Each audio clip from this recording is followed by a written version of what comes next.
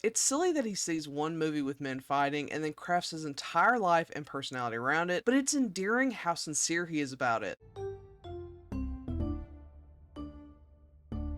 Hi, welcome back to my channel. Today, we'll be discussing You Just Can't Beat a Guy with a Double Face by Saori Nobana. And if you haven't already, go ahead and click subscribe and get your BL Library card for the BL Library. Before we get started, there will be spoilers, so if you don't want to be spoiling this manga, go ahead and click off now. No worries, I'll catch you next time. For those of you who decide to stick around, let's go over some content warnings. There may be references to violence, sexual assault, and dubcon as these things do appear in the manga. But if that's okay with you, let's go ahead and get started.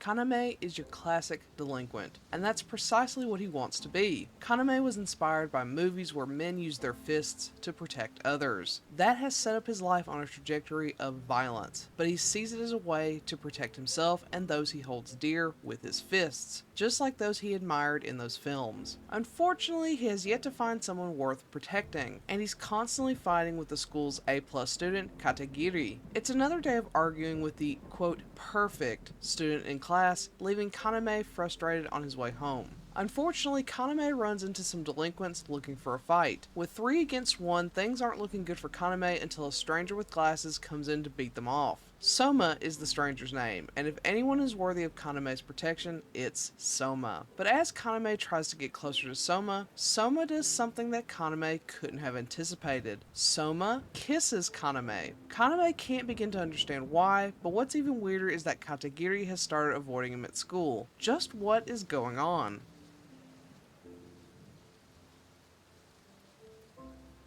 To start with, I love this artist. They have such a clean style. I wouldn't say it's unique, but it's so clean that it's hard to fault it. I wasn't sure I'd ever get to read anything from them again after reading Love Blooms for a Twisted Blossom, because many of their licenses were dropped from platforms, including the spinoff, which hurts me so badly. I really didn't even realize it was the same person until I started reading it. This is the newer title, but I actually think Love Blooms for a Twisted Blossom is cleaner than this one. It's still very clean and pretty consistent, but it isn't my favorite of the two. If you like your standard manga style, you can't go wrong here. Now, if it bothers you that Superman can wear a pair of glasses and suddenly no one recognizes him, you will hate this. That is the core foundation for the story and relationship. I personally hate this.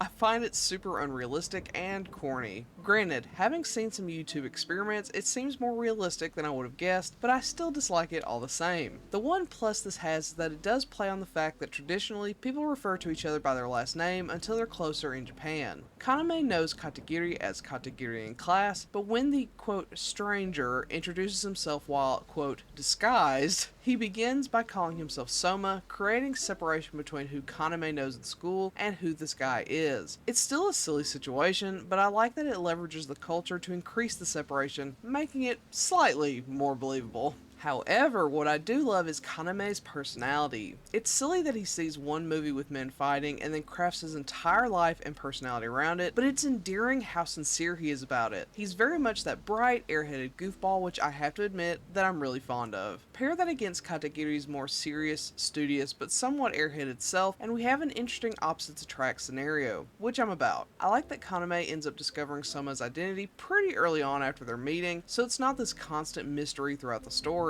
Still, it makes me feel like it wasn't really all that necessary to have as a plot point to begin with. I think this would have been just as successful if Kaname had just seen Katagiri fighting outside of school and ended up falling for him that way, already knowing who he was, but that's just me. Now, while I think the concept of Kaname fashioning himself after fighters and delinquents in movies is a silly but cute idea, the execution of the fighting is so cringy. I know these two are our protagonists and they're meant to win or at least come out on top most, if not all, of the time in fights, but there's something about the framing and the setups for the fights that makes my skin crawl. I'm super prone to cringing, and these fights make me cringe time and time again. It sort of reminds me of Delinquent Omega Belongs to the Beast King with the unnecessarily overly dramatic framing. It just gives bad shonen vibes for some reason. Don't get me wrong, I love shonen. Naruto is one of my favorite anime and manga to begin with, and Sasunaru was my first major yaoi ship, plus Itasasu, which was my first controversial cest ship. Still, something about it in my BL just doesn't sit right with me. I could do without it.